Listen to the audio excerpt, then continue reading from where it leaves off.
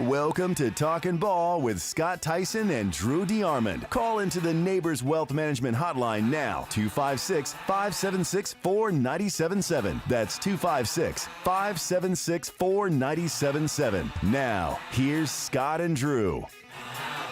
All right, there we go. We're off, and we are back and running another brand new live edition of Talking Ball. 97.7 ESPN The Zone. Scott Theisen, Drew DeArmond with you until 9 o'clock this morning.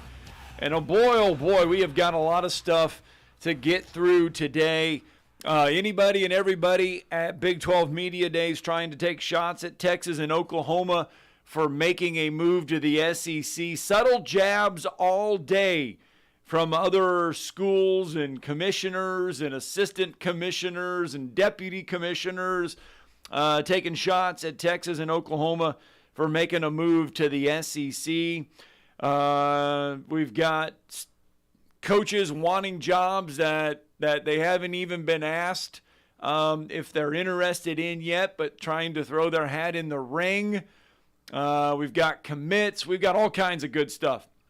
And that's where we'll start there. Alabama, Drew, getting a commit, a big one, big offensive lineman. Casey Poe, number one interior offensive lineman in the country. He's headed to Tuscaloosa. He is. Lindell, Texas, plays for the Eagles, and Coach Cochran over there, great football player. Alabama spent a lot of time recruiting him. I know Nick Saban was very, very high on his potential. Probably going to be a guard on the college level, potentially could be a center, but hell of a player. He was one of their top targets on the O-line, and their offensive line class is coming together nicely, I think, at Alabama, especially when you stack it with the one they brought in this year that are freshmen that most will redshirt and or see a little bit of action. We probably won't see any of them except for maybe Caden Proctor from your stomping grounds Cedar in Iowa. Falls. Yeah, I mean, I wouldn't be surprised if he plays a lot of indoor starts if he gets his weight under control. So, but Casey Poe, big get for Alabama. He chose Alabama over 6 other schools, but the two that you received a lot of the buzz was Alabama and Oklahoma. And he committed on Rivals.com yesterday. So big get for Alabama. They've got 13 committed right now. We've already talked about how we thought they were going to have a big month of July. I think they're going to have a bigger month. I think they're going to have a great shot at another commitment on the 15th of this coming up this weekend with Caleb Odom from Carrollton, Georgia.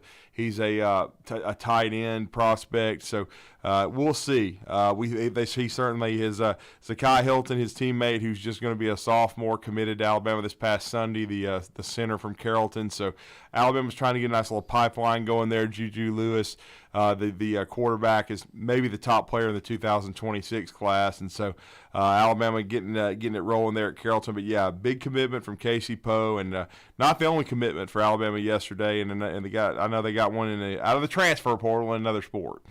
So while Alabama getting a football commitment, somebody that Hugh Freeze was possibly relying on to fill some spots this year is not with the program anymore, and that is Demario Tolan, who transferred from LSU earlier this offseason, a linebacker. He's removed his stuff from the Twitter website. AL.com's Matt Cohen reported yesterday that it was later confirmed that Tolan is no longer a part of the Auburn program. Yeah, and you don't want to delve too much into that. Only thing I'll say is I was hearing last night it was a family situation that he was having to deal with off the field. And so Demario Tolan, who nearly went to Auburn out of high school, went to LSU, played a little bit, and had transferred. That's what I'm saying, man. A lot of times when you get these guys out of the portal, you don't know how they're going to fit. You don't know if they've got some issues off the field. So I don't know. I guess you could say it's a loss for Auburn, but he never played. Yeah, he went through spring football, and that was it. I mean, he didn't play in the regular season, so you don't know. We never saw him. He never took a field officially for Hugh Freeze. Right. So certainly it's at least a blow to the depth at the linebacker spot. Yes. It's a numbers thing because you bring him in from LSU and you count possibly either on the field starting or being in there for the mix for, reps and reps and reps. Yeah. And you don't have it. So I doubt it was a hazing situation. Otherwise, Rick would be calling. Yes. So you bring up hazing, you bring up all this. Yesterday we did talk a lot about Northwestern. Yeah. And anytime I get a chance to play this, it's worth it.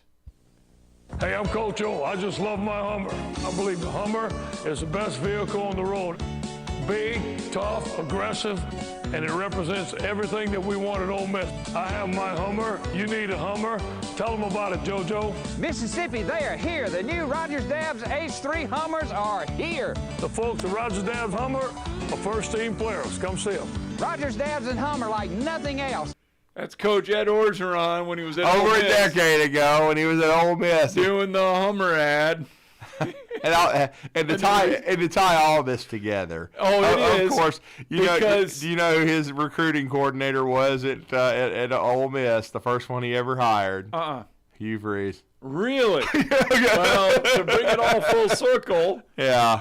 Ed Orgeron has expressed interest in the Northwestern job, said he would be interested, very interested in the Northwestern job if the Wildcats would reach out to him. Now, they have not done so, but Ed Orgeron is interested in doing the Big Ten's Northwestern job. The best response I heard about that was that he probably didn't read through it all the way and thought it was Northwestern State and Nacogdoches, Louisiana, and the Demons. Of course, that wouldn't pay nearly as well, though, as Northwestern. But good luck going to Purple Vandy, especially with Ed Orgeron at the helm of the program.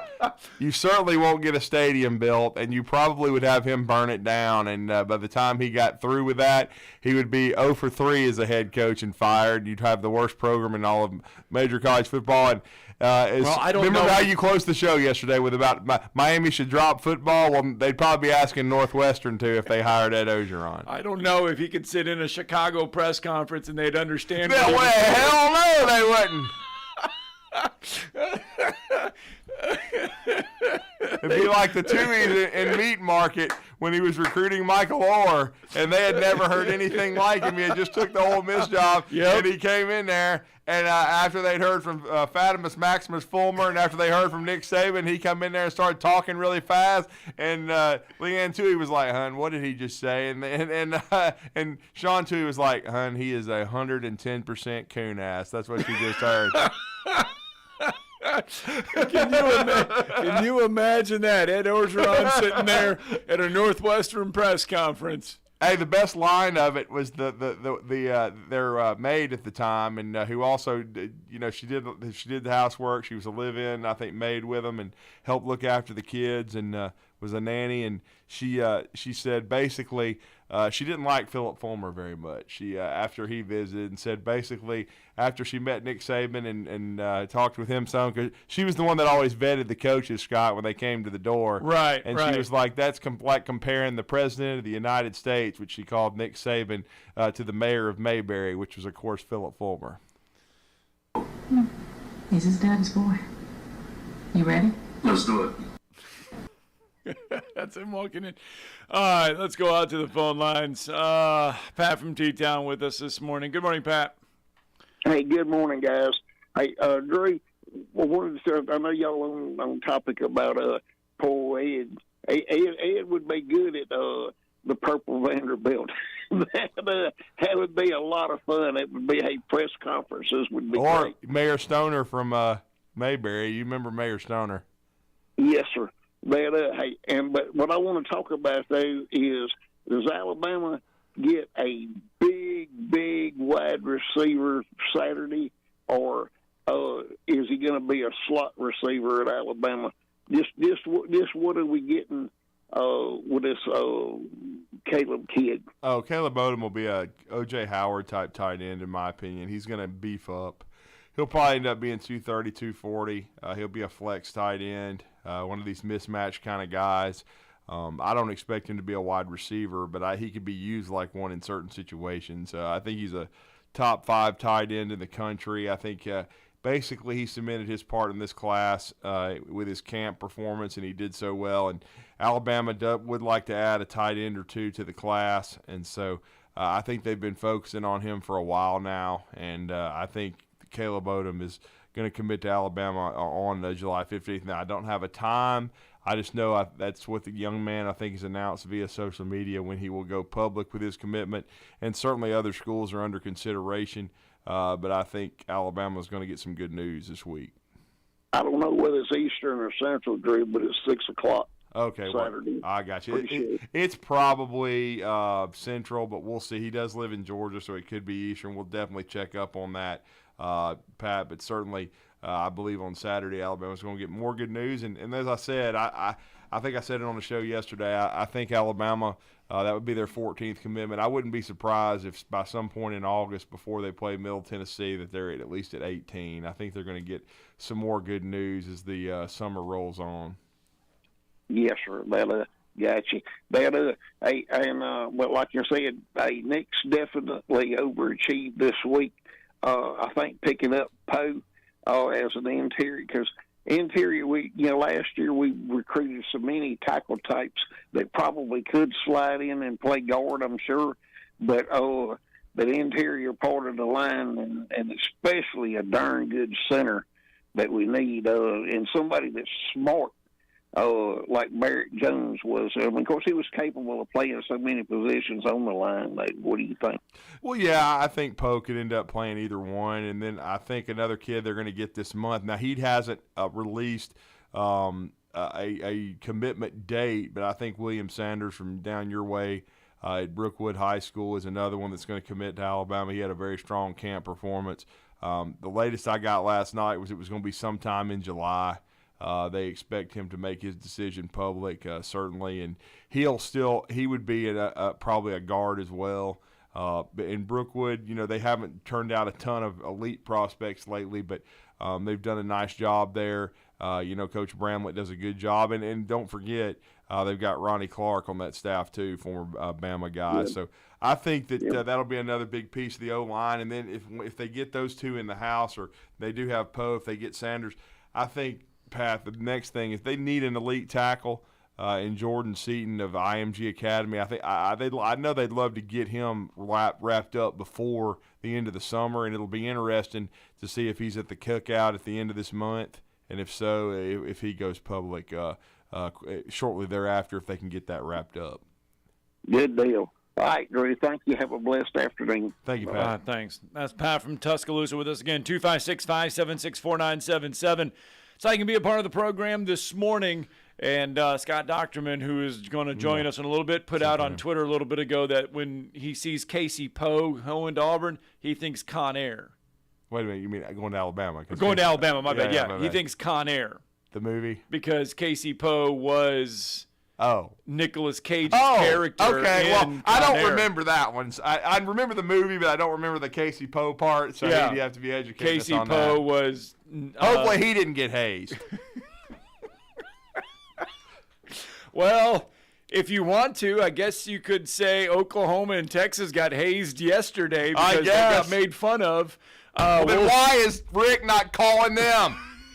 We'll talk. We will hear exactly what they had to say. Go get a credential and ask them. Because that would be, I guess. I mean, remember we had the Auburn fan call in and said his family thinks they're just going to walk right. Oh, I'm sorry. I did so many shows yesterday. We were on the drive last night. Okay. And this Auburn fan calls in, great guy, and he says, I don't know what my family was smoking or whatever, but I was sitting around the campfire and around the grill on the 4th of July. He said, I live here, of course, but a lot of my family's in Oklahoma. They think the Sooners are just going to walk right through the SEC. And we said, well, did you mention what happened against Texas last year? He goes, I did. I said, wouldn't y'all need to score 1 point against Texas since you lost 47-0 last year? He goes, hell, I'm an Auburn fan. He goes, I didn't know what they were smoking. He said, they're going to waltz right through it and win the league. And Jimmy Himes, who's semi-retired, he was on the show with us, and he said, the SEC? He said, they're going to be 500. He goes, they're going to get slapped in the face. Well, we will hear what everybody had to say about Texas and Oklahoma yesterday. They're just being bullied. We'll explain. Oh, well, good Lord.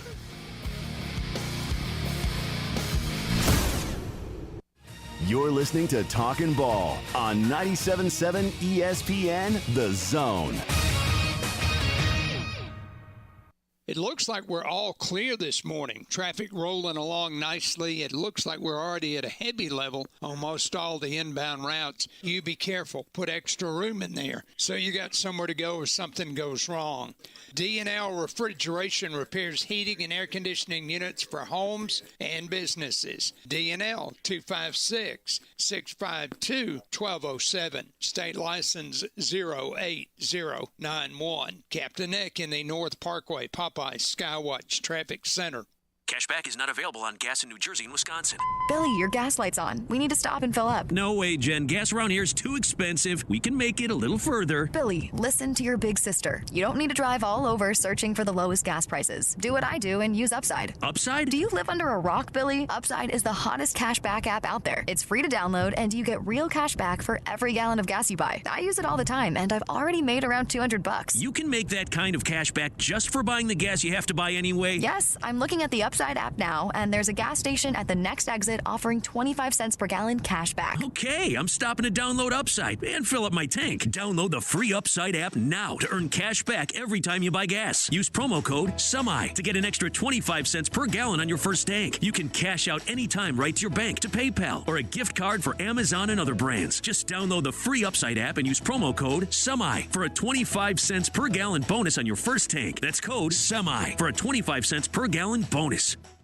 Tired of the same old menu options everywhere you go? Then you need to try Metro Diner in Huntsville and Madison. The award-winning Metro Diner serves up signature dishes like their Charleston shrimp and grits, famous fried chicken and waffles with strawberry butter, and lots more. Their entire menu is available anytime, breakfast, lunch, or dinner. And stop by for brunch on Saturday or Sunday and enjoy the lowest price mimosas in town. Airport Road, Huntsville, and Highway 72 in Madison. In diner or at home, make it Metro Diner. Tom Luganbill here for my friends at Woody Anderson Ford. Bobby White and his team take great pride in their service department, and you can see it the moment you walk into those beautiful new service lanes. And just like a championship team, they all work together to make sure your experience is second to none, whether you drive a Ford or not. Also, check out the gold-certified pre-owned inventory at Woody Anderson Ford for great deals every day. Stop by and see them at Jordan and Sparkman or at Woody Anderson of Madison on Hughes Road, or visit WoodyAndersonFord.com. This is Wes Neighbors sitting here with Philip Love of not only Eagle Insulation, now he represents Eagle Companies. Eagle through the years have added several companies to help individuals or builders through their construction renovation process. Eagle is known to represent quality, efficiency, and professionalism. Philip, I know you do insulation, but do you do masonry? We do. Do you do grading, erosion control, and dirt hauled off? We do. Do you do after paint, which includes shower doors, mirrors, shelving blinds, and bath hardware? Yes, we do, Wes. Do you do landscaping and irrigation? Yes, we do. So basically, Eagle can help you all along your process of building your house or doing renovations. So do you do plumbing? We do not, Wes, but we can find somebody to do it. Just give them time. They'll be there. Anyway, call Eagle Insulation at 256-755-1556. Eagle saves you time. Eagle saves you money. Call Eagle today. Thanks, Wes. Thomas from Talent Heating and Air back in studio with us. And Thomas, those temperatures in the summertime starting to rise once again. You want to make sure you're not left out in the heat. You want some cold AC, give Talent Heating and Air a call. That's right.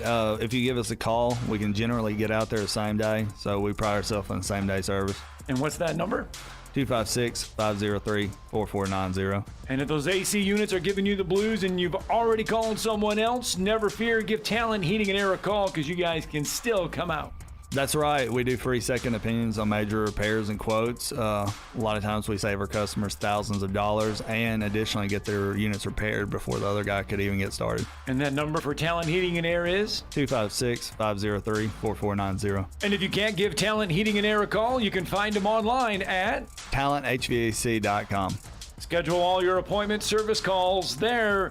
Talent Heating and Air. Give them a call or find them online today.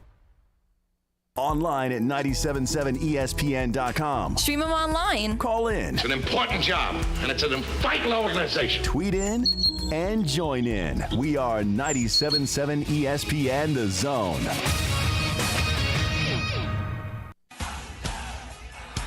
All right, welcome back. Talking Ball 97.7 ESPN The Zone. We mentioned Big 12 Media Days ongoing there in Jerry's World. Cowboys Stadium, Fort Worth, Texas, or Arlington, Texas, I should say. Fort Worth is where TCU's at. Dallas, of course, the other big suburb. Big 12, well, we'll start here. We've got Steve Sarkisian to hear from. We've got Sonny Dykes to hear from. But Big 12 Deputy Commissioner Tim Weiser. I don't even know who the hell that is. A lot of people don't know it. But he apparently started the pile on with Oklahoma and Texas yesterday. Gotcha. I continue to maintain that the choice Texas made wasn't a financial one because we all know what Texas resources are like. I think theirs was more about affiliating with a group of schools that on a given Saturday they would rather get beat by Alabama than they would Kansas State or Florida than Iowa State. Or, that I think was really what was driving the way they looked out down the road. And in Oklahoma's case, I'm not as convinced that that was the issue for them. I think they were more of what I would call the reluctant bride that kind of felt like, wow, if we don't go, what happens to the Texas OU football game, basketball, all the things that we know from an OU and Texas standpoint are really important. So I kind of felt like if I was in Oklahoma's case, it would have been hard for me not to think about the long term and don't we want to be affiliated with Texas and now these other schools? Well, Mandy, you could have queued up cocaine right there.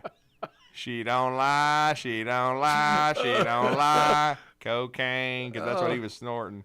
He just said, well, they'd just rather go get beat by. Yeah. I mean, what if they win the Big 12, moron, in the last year? So you better hope not after you shoot your mouth off like that. And then Sonny Dykes. Wofford.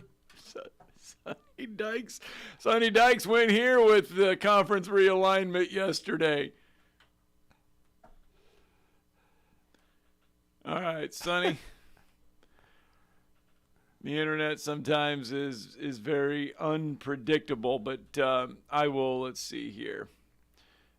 The reason why is because it wanted to play a 12-second ad for me first. Oh, of course. And so I had hit pause, and I was like, we should have had Bandy bring it up because Bandy has he's the money shot here because he has the no commercials YouTube. Well, this isn't on YouTube. This one here is on. This is my bad. This was taken by the Lubbock Avalanche Journal. But this was this was in the sit down. This wasn't in the.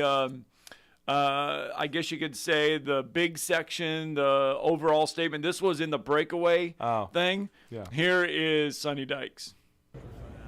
You had Oklahoma and Texas, but also had Texas A&M and had Missouri and had a bunch of Colorado and a bunch of people that aren't in the league now. And I think every institution has to answer the question, was it a good move for us? I know at that time Missouri was playing in a lot of Big 12 championship games. I haven't seen that happen since they made the move to the SEC. Texas A&M was a competitive program, and I haven't really seen that a whole lot since they moved to the SEC. Don't know what's going to happen with Oklahoma and Texas, but I think when time will tell. I think that's the only thing that you can say is, if it's all about lining your pockets with money, then the decisions are really easy, and you got to do what you got to do, and don't look back, and just and you can say, well, we were 4-8, but we made a lot of money. And so, that's at the end of the day, if that's what it's about, then congratulations. Well, I can just tell Sonny Dykes that if the SEC called tomorrow, your ass would be gone. Because you've already he himself probably wouldn't want any part of it because they look like Wofford when they play against an SEC school. Right. But still, I mean, TCU would run naked to the SEC to get the money because that's what they're all about. Don't try to act like y'all don't want the money. Okay, the Big 12, y'all are grabbing schools like Houston and UCF and everything, so and you Cincinnati, can BYU, and try so you can enhance your value and try to get other TV markets and make as much money as the SEC. Your product sucks though, and that's why you don't get the kind of money the SEC does, and that's why Oklahoma and Texas left, because they can line their wallets with more money, and we'll see how they compete. I mean, they both have a lot of resources, especially Texas financially. Right. If they attack it the right way, they should be able to compete. Look, I don't think either school is going to come in and be the bottom of the league. No, I think they'll be middle of the league. Their way up. Yeah, but but they're not. And they're not going to be 4-8, I don't think. Sonny, he was probably at Cal Berkeley at that time, with all the weed whackers, and but he probably missed the fact that Missouri did play in 2 SEC championship games early. Yeah. I thought you would really like the fact, though, that he did throw Texas A&M in there and say, well, they haven't won anything yet. Yeah. Either. Well, and they haven't. That's true. But I mean, they're the one outlier to all. They've been to some College World Series in baseball, and they have not won a championship. They have not made it to Atlanta yet in football in over a decade. No matter how much money they play Dirt Neck and these other fools. And they only have one more chance to win the West. Yeah, one more chance, which they won't. One more chance. So, and so that means they're going to go over.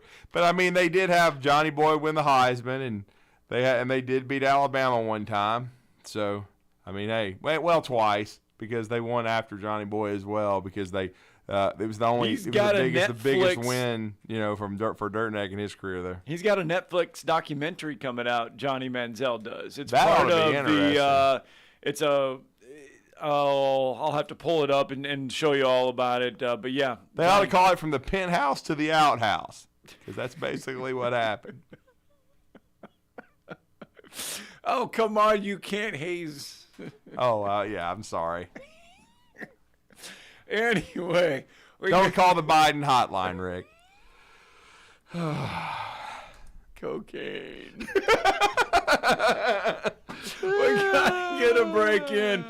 Scott Docterman is going to join us next. There's no easy way to transition to what we're going to talk about, but Scott Docterman, in all seriousness, covers the Big Ten, covers Iowa. Yeah, he does. But he also does a lot of other stuff for The Athletic, and he talked about the Northwestern stuff in some articles and had some podcasts about it, and we'll bring him in next to shed some more light about Evanston and his head order on a serious candidate. Hummer! Come get your Hummer.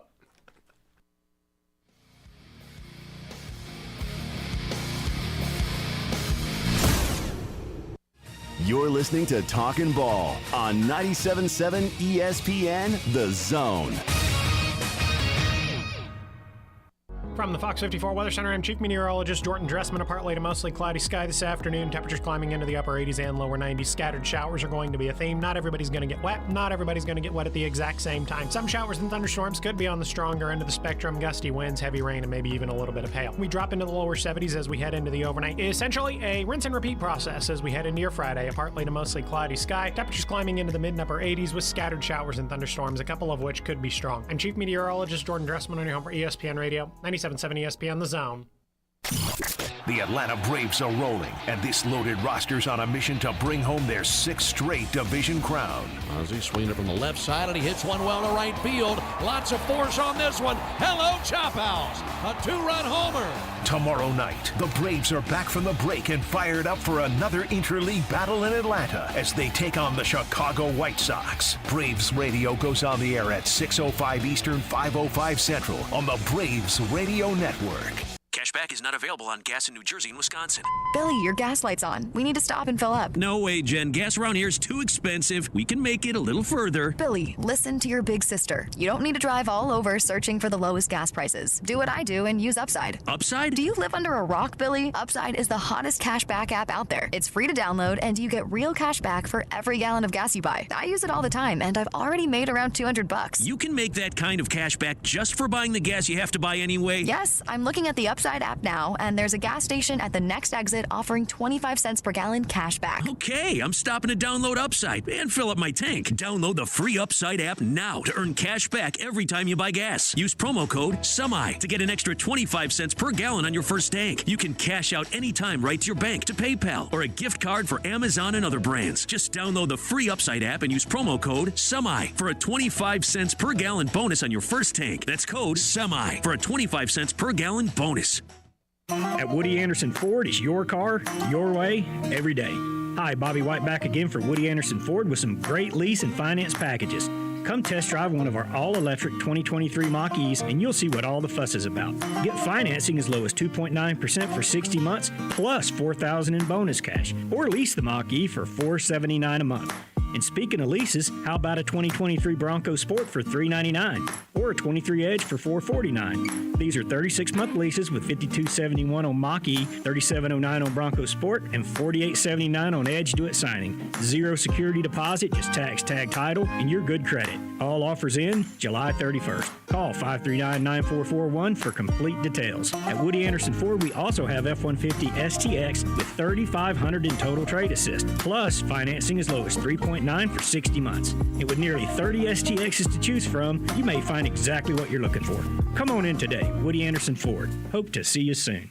Just got a wreck on 431. They're reporting it on the northbound side at Sutton Road. That one is coming in with injuries. Had one earlier on 565 westbound at Mooresville Road. It should be long gone. Officers, construction workers, and first responders put their lives on the line every time they step on the roadway. Why not make it safer for them? Slow down or move over. It's the law. Captain Nick in the Jordan Lane Popeye Skywatch Traffic Center. You want the right specialist for your recovery. At SportsMed Orthopedic Surgery and Spine Center, we understand every body is different. Your muscles and bones are unique, as is your body. Our SportsMed specialists offer innovative treatments and minimally invasive procedures, allowing you to quickly return to the life you love. Locations in Huntsville, Madison, Athens, and Decatur, and on the web at sportsmedalabama.com. Improving performance, improving lives. With spring games done, next up is SEC Media Days. We got you covered. This is when you need it, in this situation right here. On your only full-time sports talk radio station, 97.7 ESPN The Zone. Good morning. Welcome back. Talking Ball, 97.7 ESPN The Zone. Scott Tyson, Drew DeArmond with you.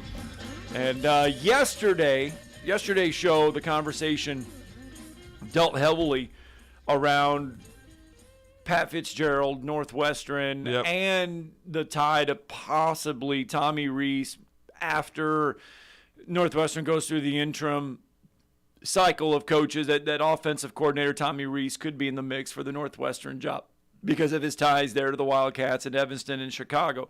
But the whole Pat Fitzgerald situation in Northwestern is polarizing because of college football and how many people pay attention here in this area to college football and everything else. And it is a polarizing topic because it's not just Northwestern. I mean, it is a college football topic. It is, no doubt. And we're going to talk to our next guest who wears a lot of hats for the Athletic, but the primary one, of course, is covering the Big Ten and the Iowa Hawkeyes. Based out of Iowa City, it's Scott Docterman, and he's been kind enough to join us on the Neighbors Wealth Management Hotline here on this Thursday morning. Scott, welcome back to Huntsville and the show. How are you, sir? Morning, Scott. I'm doing. Hey, morning, guys. I'm doing great here in Iowa. I hope everything's going well in Alabama. Well, it is, but we hated to see what happened to Pat Fitzgerald because as far as I know, and look, you cover that league every day, I had not heard of one iota of, controversy in his entire tenure until this weekend when I found out about the investigation and the hazing and the things of that nature, and then it kind of just all snowballed so quickly. I know you've covered it with Bruce Feldman. What's the vibe coming from Evanston and the Big Ten about Pat Fitzgerald, a guy that was a lifer there, could have had opportunities to leave and go other college jobs, even NFL opportunities, but had always stayed at Northwestern? Yeah, it was a real surprise. I think, as you can mention, or you mentioned that Pat Fitzgerald was widely respected in the Big Ten, and that included by his rivals, that every time you went against Northwestern, you knew that they had a chance to beat you because they were so well coached and he was so well respected. So the allegations were pretty shocking. And once, first they had the investigation that lasted 6 months into hazing, and the everything was unveiled on Friday, and it was really vague. Now, Northwestern is the only private school in the Big Ten, so it's not subject to state open records laws. So it's never really had any kind of practice with this, and Northwestern does get overlooked compared to everybody else. So I think in some ways they thought, okay, we could just dump this on a Friday, it'll blow over, and then we move on. Well, the student newspaper is pretty good there, and it develops a lot of the better journalists in the country year in and year out. And we talked to the whistleblower and some other athletes, and got real descriptive on some of the issues, and that was systemic. There's really no way that Pat Fitzgerald could say he didn't know about it. I think that to me is really what surprised me. I mean, it's kind of like what you would envision a fraternity type initiation. It was really really unseemly. So I think overall, though, at Northwestern going forward, I think it's going to be an incredibly difficult job because he was the ultimate Wildcat. He was a lifer. He was well respected. There's no other person that they have waiting in the wings that can fit that role. And you mentioned Tommy Rees, who I think everybody thinks very highly of. And once he goes through the Nick Saban cycle, then I think he'll be a great head coach somewhere. But if anybody goes Northwestern, they're either their reputation is going to fall apart, or they're going to win just enough to get another job. And Pat Fitzgerald was not like that. So I think that they've got an incredibly difficult job going forward at that university. Well, yeah, and college football, I mean, it's a tough job anyway to be a head coach because you don't get that much time to do it now. It used to be 4 years, 5 years to come in, get a program the way you want it. Now it's seemingly 2-3 years. How far back do you think this will set Northwestern? I really hate to say this, but I think it could be for a generation or more. Agreed. I mean, you look at Northwestern, and just the kind of the equivalent is probably SEC country is Vanderbilt. And James Franklin did a really nice job there. But since then, I mean, if you can get to 5 or 6 wins, you feel like, wow, this is really cool. This is a great season. And that's probably where Northwestern's heading, because Pat Fitzgerald, one of the things he did so well was he targeted the schools that he can compete with, kind of the upper middle class of the Big Ten, and and coached up his players to compete with them and win half of those games. Well, that's just not going to happen here year in and year out. In Wisconsin and Michigan State and Iowa and Purdue, they're not just going to roll over for the next coach, or they're going to have to continue to do that. So I just don't see them being very competitive long term. Now, they're in a great city, but of course, just like Vanderbilt in Nashville, that's a great city too. They've got a great new practice facility and a stadium that's supposed to be on the way. But NIL, I mean, in Chicago, they're automatically at least 6, if not farther. And when it comes to trying to get opportunities with businesses, and it's inarguable to say that there are more popular teams in Chicago from the Big Ten than Northwestern. So I think it's an incredibly uphill challenge, and Pat Fitzgerald was the best coach they could possibly ever get. And we heard about this, Scott, about an $800 million stadium project that he was basically heavily involved with getting the funding for, and that's needed. And I know they've upgraded their facilities, in phases, but there was already talk from people close to that program that with Pat being dismissed, a lot of that might fall apart, that it was never going to get done because Fitzgerald was the face of it. Yeah, absolutely. I mean, if Pat was going to be there for the next 20 years or 15 years or whatever, I think it would have gotten done because of who he is and what he represents. Well, the Ryan family, they're the ones who have the naming rights, the Ryan Field. I don't know what they're going to be thinking going forward, but I kind of doubt that they're going to tie themselves to a place like that. And when you look at that stadium, it's by far the worst in the Big Ten. Ooh, and it's more like, glorified MAC stadium as opposed to, and when they play the majority of their regional games, it's at best 50-50. against teams like Wisconsin or Iowa or Nebraska or Michigan or whoever in the stadium, and most of the time they get drowned out. So I think that this could really set them back. That said, the allegations are so heinous that something needed to happen, and this is why I think there was a lack of leadership at the upper levels, that maybe that should have been more communication at midpoint between Pat Fitzgerald and maybe the athletic director or other people to say, we need to come out forcefully against this. We need to talk about this publicly, be more transparent. And even all the way up to last Friday when the suspension came out, 2 weeks unpaid, that there could have been a point where we need to come out forcefully against this. And instead, they just tried to slide it under the table, and they have a new president who, really, probably was pressured in by the faculty, and then they made a really tough decision. Well, Big Ten Media Days are July 26th and 27th, I believe, right? So you got a little bit of time before that, but I guess, boy, you're going to head to Indianapolis with plenty of topics there to talk about. Yeah, no question. And, I mean, Northwestern is paramount today.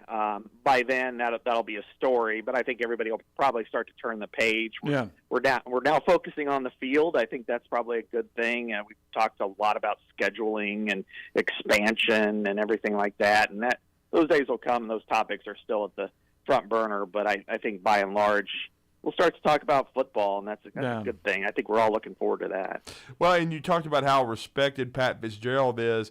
I've got to believe that he's still going to be coaching. I don't know if he'll be as a head coach.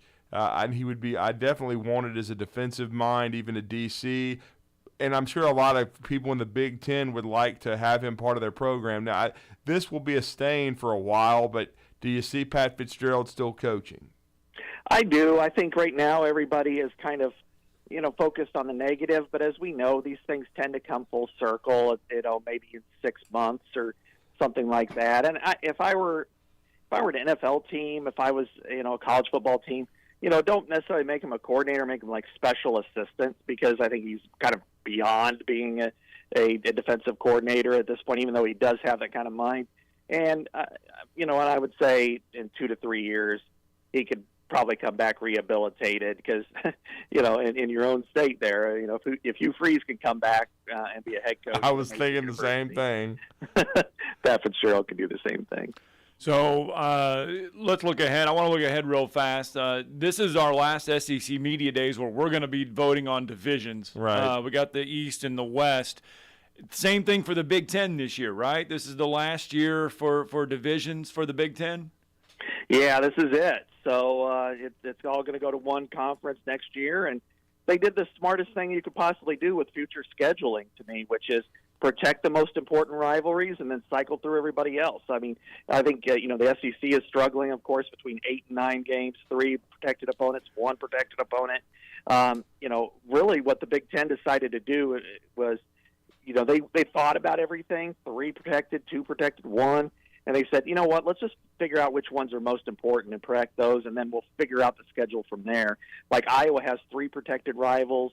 Penn State has 0, which kind of leads to their image of being unrivaled. And it's just, I think it really makes a lot of sense. And so, but specific to the field this year, there is some disparity, no question, between the East and West. I mean, Michigan and Ohio State and Penn State are all probably the 3 best teams in the league on paper. And I would probably put Iowa next. They return a really good defense. They had a really bad offense, as we know. Yes, last year. Yes. But they also hit the portal hard, and they have 6 new starters, including a quarterback, 2 wide receivers, a couple offensive linemen. So I think they've got a chance to be, if they could just be mid-level, mediocre even, that I think they could walk through the West. I don't think it's that difficult this year. Well, and I know there was some consternation with Paul Chryst being fired, but I really like the fit with Luke Fickell at Wisconsin, Scott. Yeah, I think he's long. That, to me, is the most fascinating and the biggest wild card of the season in the Big Ten, because it's either going to be an upgrade to go from being a B-level program to like an A- level program, which puts Wisconsin back into that competitive situation, or it's going to take a step back because they're getting away from what made them successful. And I think he's done a really good job recruiting-wise. bringing in Phil Longo and going with the spread with Tanner Mordecai from SMU. That's going to be really interesting because, as we know, Madison gets pretty cold, and the spread, and they've had this identity of 325, 330-pound linemen that, they run power all these years with a great 240-pound running back in Braylon Allen. It's going to be interesting to see if that works because I'll tell you what, in the spring it did not work at all. They were dreadful in the spring. Their defense dominated them, which happens a lot, but it was to the point of, woo, this could be quite the transition. And Alabama goes there next year, so. Yeah, they're going to find. But it won't be as cold when they get up there. No, I hope not. No, it will not. Well, I just need Iowa's offense to be better because last year, look, I took my lumps down here because the offense was so dreadful. I was just like, oh, my goodness. They just got to be a little bit better. I tell you what, living up here, and I, I'm one of the fools who got stuck watching the game twice. Once in person, and then, Sunday morning I'd have to rewatch it. That's hazing. This is torture, and then unlucky me, I'm a Chicago Bears fan. It's the same game again. Well, great stuff, Scott. Yeah. We appreciate the time. We know it's a busy time for you. Getting ready to crank up, as Scott said, in a couple of weeks for SEC.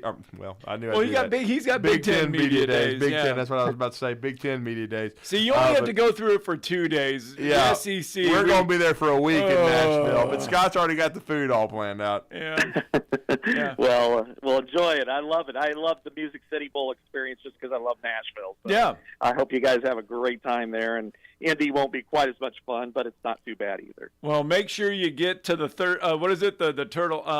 What's the plot right by the Lucas? Thirsty Turtle? Yeah, the Thirsty Turtle right there by Lucas Oil Stadium. Yeah. We were up there for the national. Food too. Yes, we were up there for the national championship game. We all got COVID, but hey, we were there.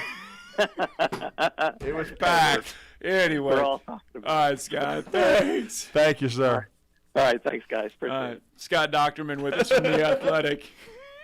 That's some good stuff there about the Big Ten and Pat Fitzgerald. He gave us some, insight into that, and Pat was very well respected, and I think a lot of people were surprised that he got the zig. And he made a great point, though. He should have known about it, but I still say they were overboard with it. I think they should have dealt with it. Well, they're keeping as soon as he told me they had a new president, that's all I needed to know. And then, again, they're not a school that focuses on athletics, okay? It's a great academic institution, so they don't put an emphasis on it. So I honestly think they're just like, well, we're going to have to fire the coach. Instead of thinking long-term like what the ramifications would be, you need to sit everybody down in a room, talk it out, and have him help fix it instead of firing him.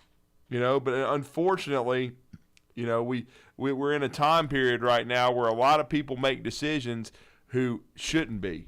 And, I think that, and it has long-term ramifications. We're sure as hell going through it in the United States. I can tell you that. Well, yeah. It's hard. It's going to be different, and it's going to be difficult for Northwestern to recover. I totally agree with Scott Docterman there.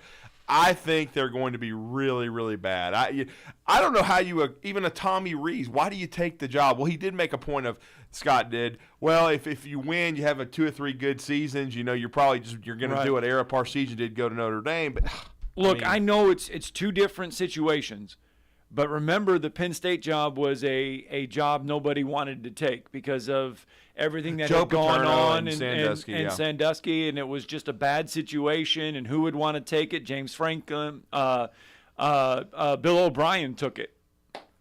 And Bill O'Brien came in there to Penn State and took that job, and it was a job that nobody wanted. No one's going to want this Northwestern job right out of the gates. People are going to take it, but they're not going to want it. Well, and Bill O'Brien was still an excellent young coach at the time, did a good job at Penn State.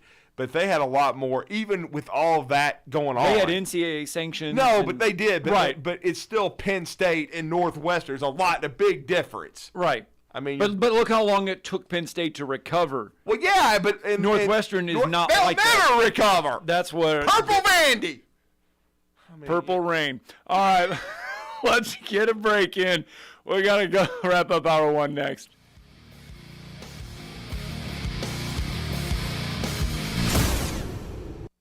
You're listening to Talkin' Ball on 97.7 ESPN, The Zone. Got a wreck on 431 near Sutton Road. That one's coming in with possible injuries. And we had a report of a smoking elevator. That was at Dillard's at Parkway Place. Sounds like the fire units are clearing from that one. Snelling has direct hire positions for an experienced payroll accountant and a staff accountant. Snelling, how the area's best companies hire talent. Huntsville.snelling.com. Captain Nick in the 72 and Jeff Popeyes Skywatch Traffic Center. Normally, when you call a roofing company, all you hear is, you need a new roof. Not when you call Fleming Roofing and Restoration. Since 1965, the folks at Fleming have been focused on what you need, whether it's an easy repair or a full roof replacement, commercial or residential. And when it comes to storm damage, you want Fleming on your side. They know all the ins and outs of insurance claims and will guide you through the entire process. Log on FlemingHSV.com and book your free estimate today. Fleming Roofing and Restoration. We show up. The Huntsville Sports Commission is responsible for bringing high-level sports entertainment to the Rocket City. In 2023, enjoy events like the CCSA Beach Volleyball Championships, Hometown Lenders Championship, UCI Paracycling Road World Cup, and so much more. To learn more about upcoming events and the Huntsville Sports Commission, visit huntsvillesports.com. The Huntsville Sports Commission. We do sports. The kitchen is the heart of any home. It's where the family gathers. It's where kids discover old recipes and make them their own. Just starting out or just now getting started on the dream kitchen you've always wanted? I'm Chris Haygood, and from all of us here at Bob Wallace Appliance to the home builders and the homeowners of the Huntsville area, a heartfelt thank you for buying local. We're in Huntsville, Florence, and Coleman, and online at bobwallaceappliance.com. Tired of the same old menu options everywhere you go? Then you need to try Metro Diner in Huntsville and Madison. The award-winning Metro Diner serves up signature dishes like their Charleston shrimp and grits, famous fried chicken and waffles with strawberry butter, and lots more. Their entire menu is available anytime, breakfast, lunch, or dinner. And stop by for brunch on Saturday or Sunday and enjoy the lowest price mimosas in town. Airport Road, Huntsville, and Highway 72 in Madison. In diner or at home, make it Metro Diner. This segment of Talkin' Ball is brought to you by University Kia, the #1 volume Kia dealer in the state of Alabama. Located online at universitykia.com.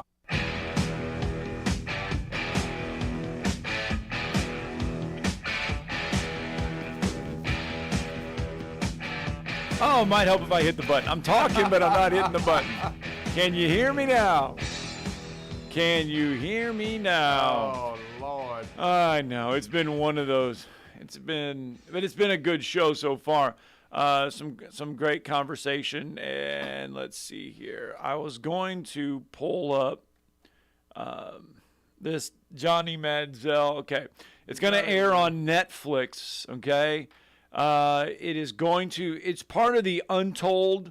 So Netflix has a series called Untold on it. It's going to be released August 8th. It's part 3, I think.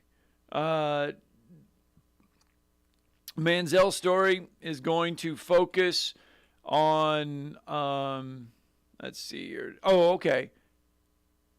Swamp Kings was about the 2006-2009 Florida team. That is going to be on the 23rd of August. That's 2006 and 2008, right? Right. Yeah.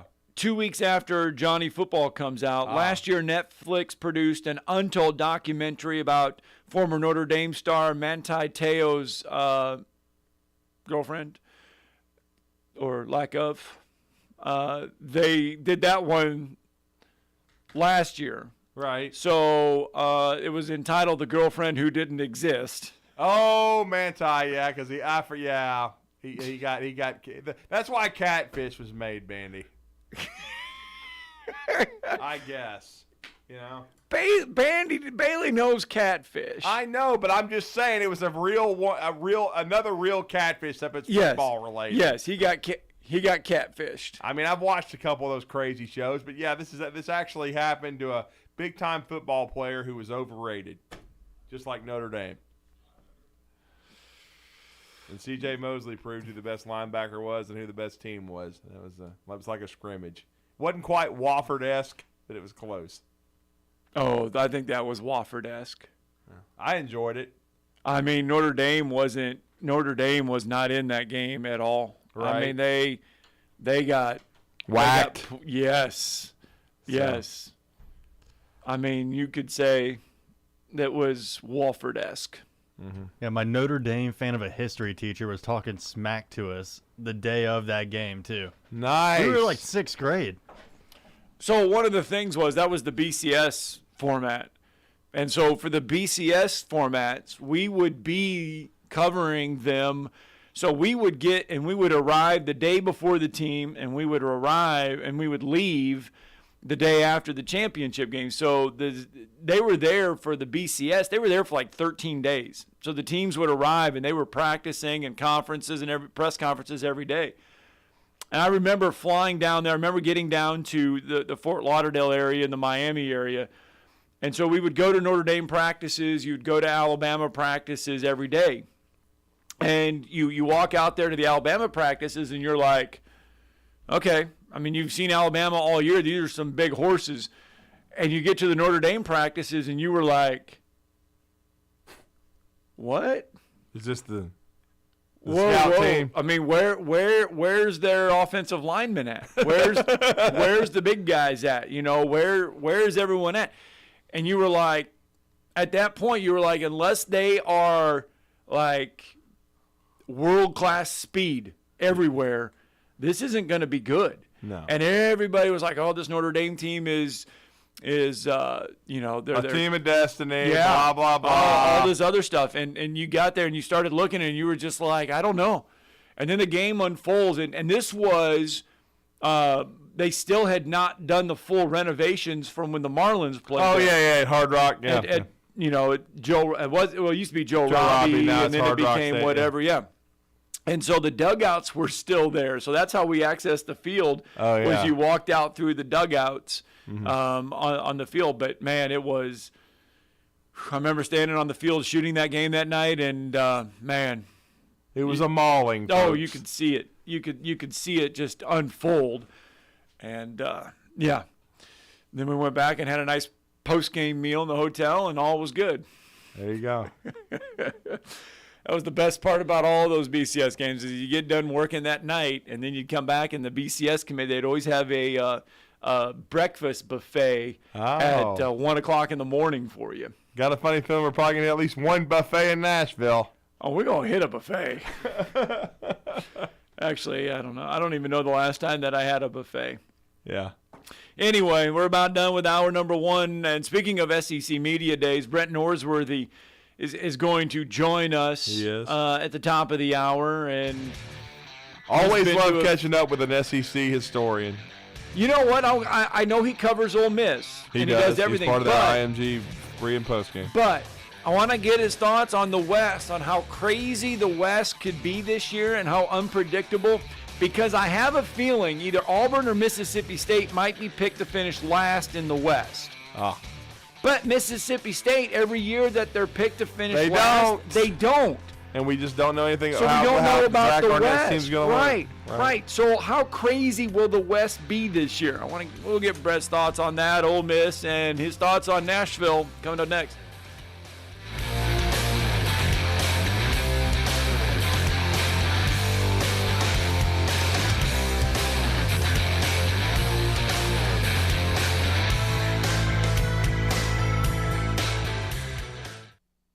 This is Brent Musburger's VSiN Action Update on 97.7 ESPN The Zone. Check out VSiN's catalog of original podcasts, daily and weekly programming to keep you in the know when you're on the go.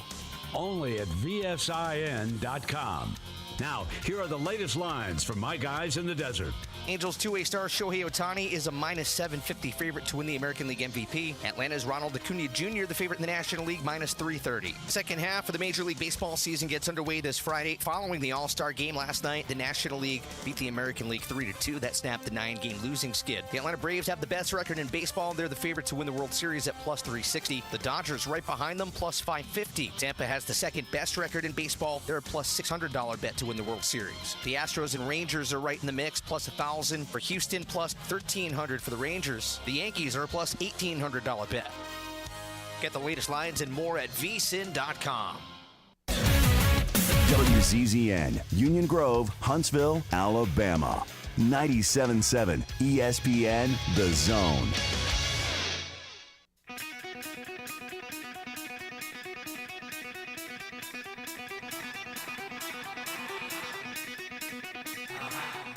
Welcome to Talkin' Ball with Scott Tyson and Drew DeArmond. Call into the Neighbors Wealth Management Hotline now, 256-576-4977. That's 256-576-4977. Now, here's Scott and Drew.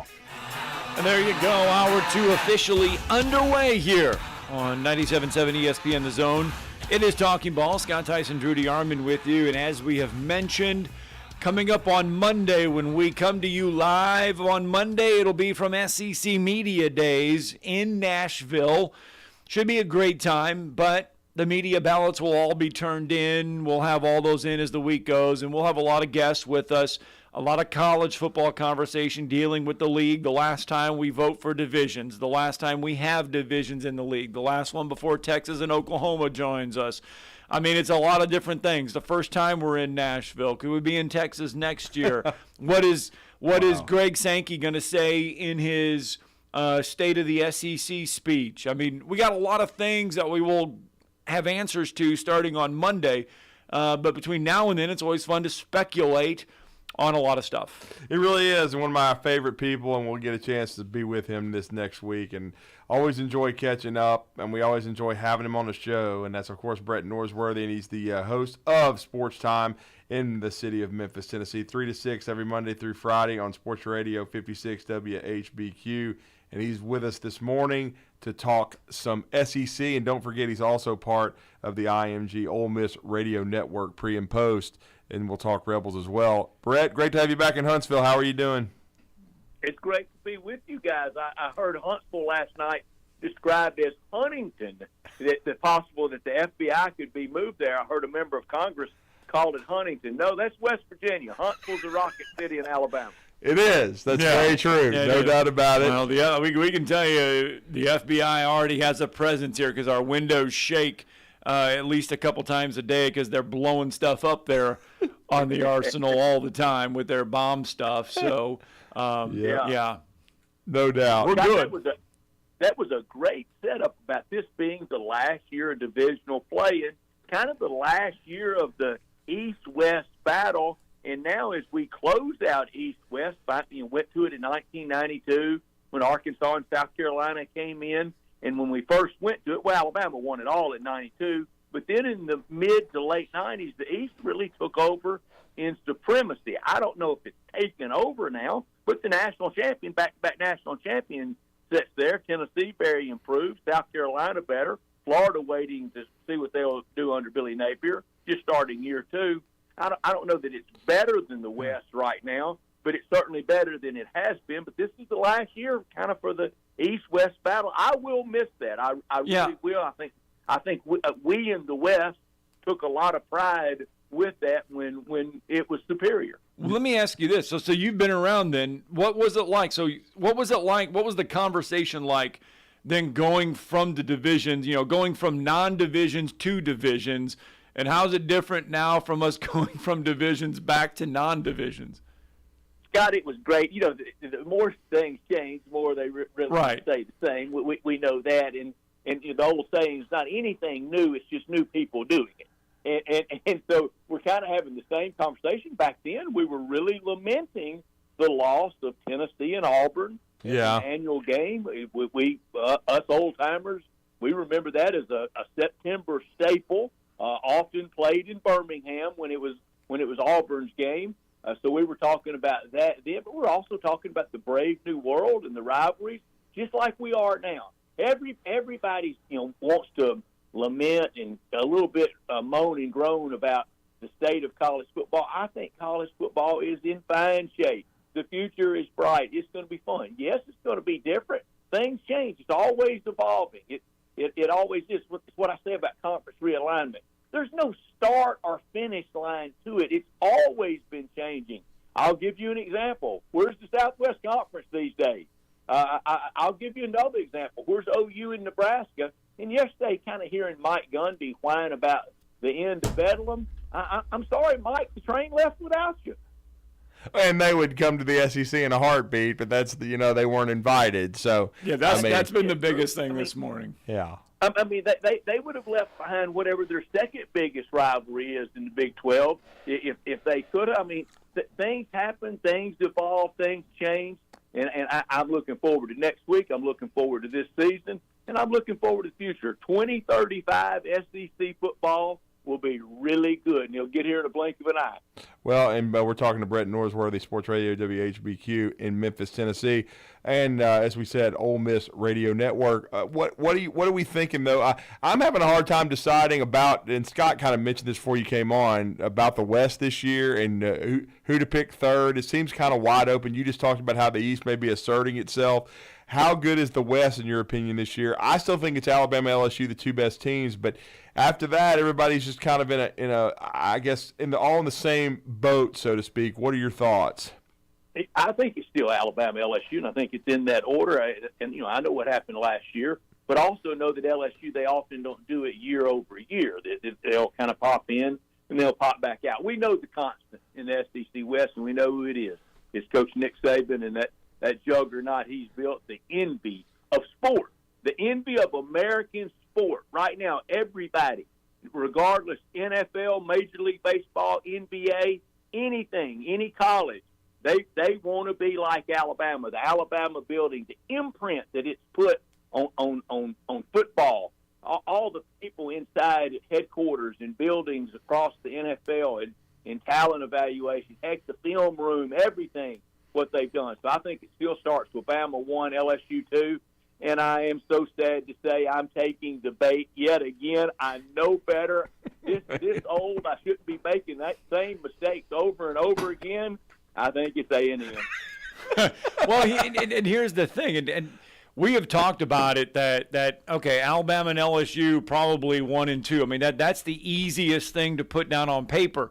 But after that, 3 through the rest, Brett, you could put Texas A&M, but you could also make a case for Ole Miss. You could also make a case for Arkansas. You could also make a case for anyone else.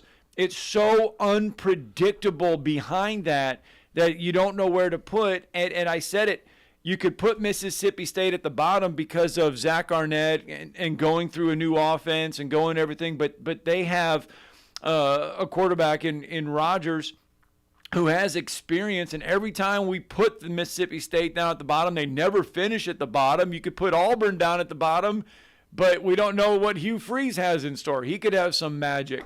We don't know about the middle and the bottom part of the West. We really don't, but I do know this. I do know, and y'all do too, we know that A&M roster is loaded. Yeah, they have talent. Jimbo, I think he's really a better coach than he has shown at A&M, but eventually you are, what your record says you are. So we'll see if Bobby Petrino can help him on the offensive side, and I think the second year of DJ Durkin on the defensive side will help, and they need to stay healthy. They did have some misfortune last year with some injuries, but they're loaded. I mean, just on the hook, the players you would take, and kind of in pickup football, you would take the A&M players a lot quicker than you would kind of the rest of those teams that we just talked about, including Ole Miss. And I thought it was just one of the great wins of the year last year for Ole Miss, and it was the last win. Ole Miss hadn't won since that night at College Station, October 29th. But there was just no way, talent-wise, Ole Miss was really on that field with A&M, with those 5 and a legitimate 4 stars. And I thought Lane Kiffin just coached circles around him again, like he has 2 years in a row facing Jimbo.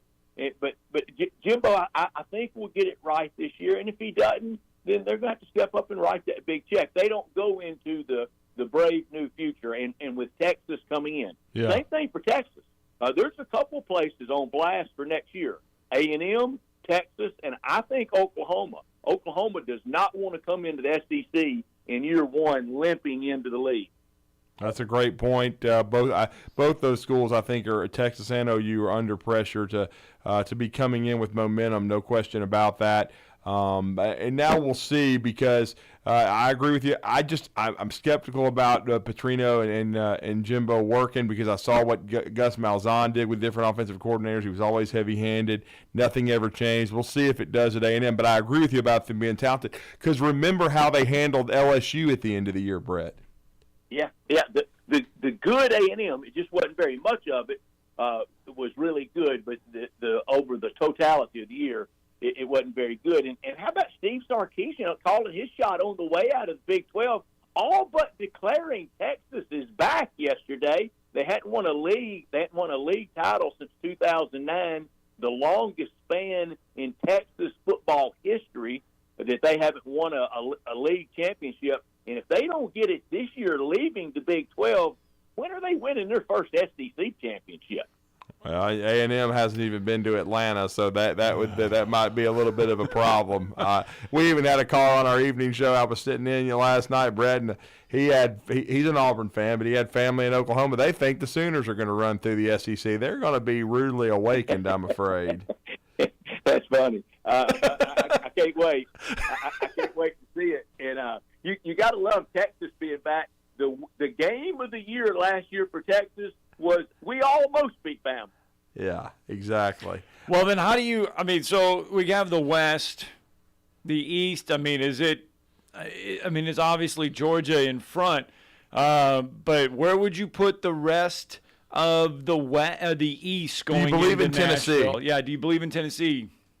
I believe in Tennessee so much, I'll give it away now. I'm going to pick Tennessee to win the East. Late season upset over Georgia at Neyland Stadium and get to the SEC championship game and face a rematch with Alabama in Atlanta on the first Saturday of December. Wow. I don't know if there'll be coffee table books written about it like there are the third Saturday in October, but can you imagine Tennessee and Bama in Atlanta at the SEC championship game? It's so crazy, too, because it's never happened, Brett. You would have thought it would have happened since '92 at least once, but it's never happened. That would be almost a poetic way of ending divisional play. It really would be, and that's why, Scott, I really did. I loved your setup, bringing back your salary. Really good job, because we are, and I have as well. We're talking so much about the future of college football, but this year the ever present, the today is really good. But that crystallizes my thing about college football and why I love it so much. It truly is about yesterday, today, and tomorrow. Oh, it is, and the SEC, you look around and people historians of college football this year will be a big year because the Big Ten is doing away with divisions. The SEC is doing away with divisions. This is the final year for it. 20 years from now. And UCLA. Yeah. In the pack. Yeah. So, 20 years from now, this year will be written down in the books as, a year that changed in college football, and we all get to be and have a front row seat to it. I have to, and I bet y'all did as well. Just the kind of the one-day story, and it wasn't even one day, about the 4-hour story of the potential of Ed Orgeron going to Northwestern. Everybody's kind of had their laughs about it. I did as well. Oh, we played the Hummer commercial from Ole Miss just to have fun with it. Right? And I said if they hired him at Northwestern, would he have to take an interpreter to Evanston for them to be able to understand him? But you know what? You get a good laugh. You want a good laugh at Ryan Day and Jim Harbaugh and James Franklin. If Ed Orgeron took the Northwestern job, he'd be the only coach in the Big Ten with a national championship. Well, that is very funny. That's a shot across the bow right there. The only one that difference in football. Bielema. Take that, Matt Rule. Everybody wanted to laugh at Ed Orgeron. He has more national championships than Bo Schembechler and Jim Harbaugh combined. Yes, he does. No question. What was 0 every time? What was your thought? I thought that the Northwestern bungled the Pat Fitzgerald thing. What was your take on it? Oh, I thought they completely did. And that AD, Derek Gregg, who played at Vanderbilt, was at Arkansas. He tried to a power play to get the Arkansas AD job. Just a blithering idiot. And they had it messed up from the beginning. Now here's the question that I asked. So everybody claims they knew that Northwestern was having these hazing issues. Did the commissioner of the ACC, Jimmy Phillips, know before he took the ACC job? There you go. That's a great point. I mean, here's the thing with Derek Gregg. I don't think everybody didn't know. I did not know this about Derek Gregg. He was born here in Huntsville. Oh yeah. Yeah, well, he was awful as an assistant AD at Arkansas. Yeah, I mean, at one time he was considered a guy that was going to maybe be an SEC AD. Never happened. I guess he snowed some people over at Northwestern, but of course he was out of the country. When this whole thing was going on, wasn't even there. He's in the Huntsville-Madison County Athletic Hall of Fame. It's just amazing. Every time anything goes on, either people are out of the country, or a camera doesn't work, or nobody knows what's going on, or you get Sammy Sosa in front of Congress after being here for over 20 years, and he either can speak English or understand it. Yeah. Oh, but boy, when he was hitting home runs, he understood everything. Summer of Love, he was right there in front of us all, and then couldn't hear. He couldn't hear. He couldn't see. He couldn't do anything. Brett, where are you going to put real fast though? Where are you going to put Ole Miss in all of this? Yeah, how do you see the Rebels? I'm around 7-5, 8-4, and kind of wherever that falls out. The home game against Arkansas, and that's always kind of the winner of that game. Kind of ends up having a little better real or perceived year than the other. But Egg Bowl at Mississippi State, schedule very tough. Road trips to Tuscaloosa, road trip to Athens. That's really difficult, and a road trip to play Hugh Freeze down at Auburn. So I think the schedule's really tough. But imperative to start 3-0. Got Mercer opening day, and then go to Tulane, and then host Georgia Tech before playing Tuscaloosa. Must start 3-0. And I think after 6, need to be 4-2 at worst. And I know you sort of prefaced in my last question. Is the hottest seat in the league Jimbo's going into the season? I think it is, but I don't think it's scalding hot. Now, somebody could play their way into hot seat. What is not hot today can be, and you let Eli Drinkwitz lose in St. Louis to Memphis. Oh, I think Memphis will be better. And I think Eli Drinkwitz gets on a warmer seat. Yeah. Can Shane Beamer and Spencer Rattler be a surprise? They can be, but by this point, isn't Spencer Rattler? Don't we really know what he is? I mean, don't we know he's just not very good? I'm not high-strapping my wagon too. We had this discussion last week with returning starting quarterbacks. There's no way I'm voting for Spencer Rattler first, second, or third team All SEC. That's what I was asking though, Brent. We were talking about like quarterbacks this year, and can you imagine? No. I mean, we've got to put a first-team quarterback on the ballot, and I mean, you look around the league. And you're like, I've got to write a name down for first team in the quarterback, and there's not one that I'm sitting here going, hey, this is the guy I want.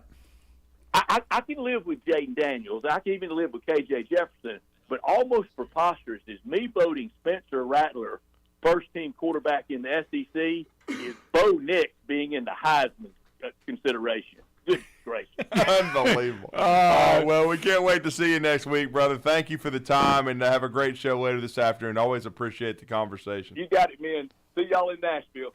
Thanks. I know you're getting ready to head out, but I got to play you this real fast. Okay. Big 12 Commissioner Brett Yormark. Again, this is about Oklahoma and Texas. I told you we had a bunch of this stuff. Yeah. Here's him talking about recruiting.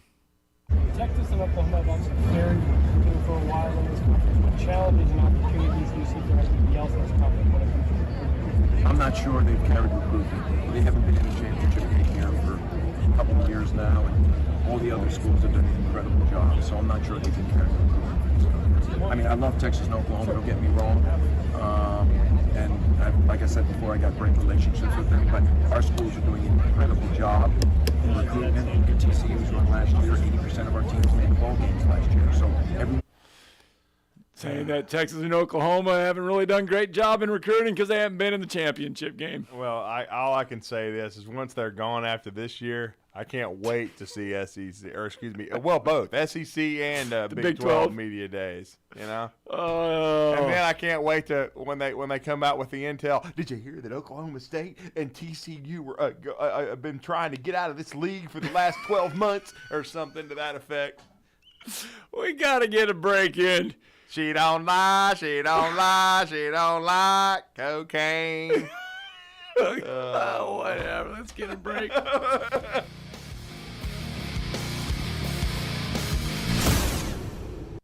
You're listening to Talkin' Ball on 97.7 ESPN, The Zone. At a wreck at Bob Wallace and Atlantic that was waiting for HPD, it's a no injury. 431 northbound at Sutton Road should be about cleared up. That one was an injury time. Everything else looking good. Looks like, though, we are going to have a lot of folks in last-minute dash mode. Someone dies from heart disease every 36 seconds. Dr. Randall Burns and the team at Huntsville Heart Specialist on Bob Wallace Avenue can help you keep your heart healthy. Captain Nick in the North Parkway, Popeyes Skywatch Traffic Center. Ann Adams with Berkshire Hathaway Rise Real Estate is the one name to know if you're buying or selling real estate. With years of local experience, Ann Adams offers buyers in-depth knowledge of the local housing market and will narrow available properties down to those you'll be interested in so you can save time when shopping for your new home. If you're ready to sell, Ann offers a seamless process using accurate pricing and expert negotiation skills to make sure you get a fair price for your home. Call Ann Adams today at 256-337-2625 or log on bhhsriserealestate.com. Since 1998, Scooter's Coffee has delivered high-quality drinks with quick service and a big smile. And the folks at Scooter's Coffee know a great cup of coffee or other drink can bring a smile to just about anyone. Yes, we specialize in great coffee, but Scooters also has smoothies, teas, and delicious food items too. And this week, Scooters is our zone deal. Right now, get $50 worth of Scooters in Huntsville for just $25 online at 977ESPN.com. Thomas from Talent Heating and Air back in studio with us. And Thomas, those temperatures in the summertime starting to rise once again. You want to make sure you're not left out in the heat. You want some cold AC, give Talent Heating and Air a call. That's right. If you give us a call, we can generally get out there the same day. So we pride ourselves on the same day service. And what's that number? 256-503-4490. And if those AC units are giving you the blues and you've already called someone else, never fear, give Talent Heating and Air a call because you guys can still come out. That's right. We do free second opinions on major repairs and quotes. A lot of times we save our customers thousands of dollars and additionally get their units repaired before the other guy could even get started. And that number for Talent Heating and Air is? 256-503-4490. And if you can't give Talent Heating and Air a call, you can find them online at talenthvac.com. Schedule all your appointment service calls there. Talent Heating and Air. Give them a call or find them online today. The new favorite place for delicious Mexican food is Coralejos Mexican Grill in Huntsville. Check out their reviews on Facebook and you'll see what people are raving about. Enjoy drink specials all day Monday through Thursday, like house margaritas for $3.99 and 12-ounce drafts for $2. Even vegan-friendly entrees on Monday starting at $5. Coralejos Mexican Grill, 1658 Old Monrovia Road in Huntsville. Follow them on Facebook and Instagram to stay updated on their specials. These days, saving time is important, and saving money is even more so. That's where Eagle Masonry and Insulation comes in. Over the years, Eagle has expanded their services to meet the needs of folks like you in our area. If your home needs updating or you have some projects that you just haven't gotten to, Eagle can help. They install shower doors, mirrors, shelving, blinds, bath hardware, and lots more. Call Eagle Masonry and Insulation today at 256-755-1556. Eagle saves you time, and Eagle saves you money. Greeny with Mike Greenberg. This is Mike Greenberg. You're listening to 97.7 ESPN The Zone, your home of ESPN Radio, the Alabama Crimson Tide, Atlanta Braves baseball, Huntsville Havoc hockey, and the UAH Chargers.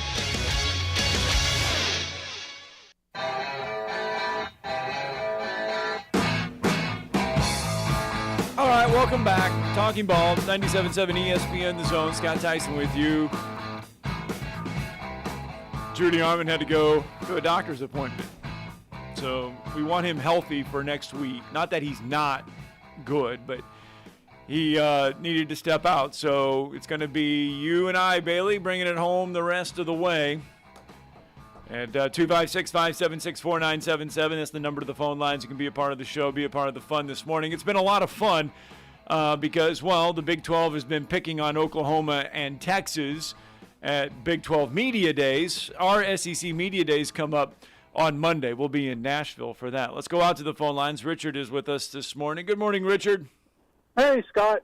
on the Northwestern thing, they hired the attorney group and you had the president there, but I mean, yeah, and you can't fire the attorneys, but I mean, was Barney Fife in charge of the investigation? I mean, it looks like they failed, or either the president did, and the president needs to be fired too. I mean, yeah. Well, look, if in my mind, if the president doesn't come out and suspend Fitzgerald for 2 weeks first, and then takes it back and then fires him, if they come out right away and say Pat Fitzgerald has been relieved, then I don't think we have this mess of everything.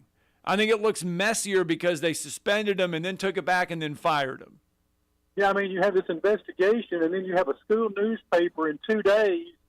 I guess either finds more information or uncovers more after you pay all these high-priced attorneys, to do all this work for 7 months. Yeah.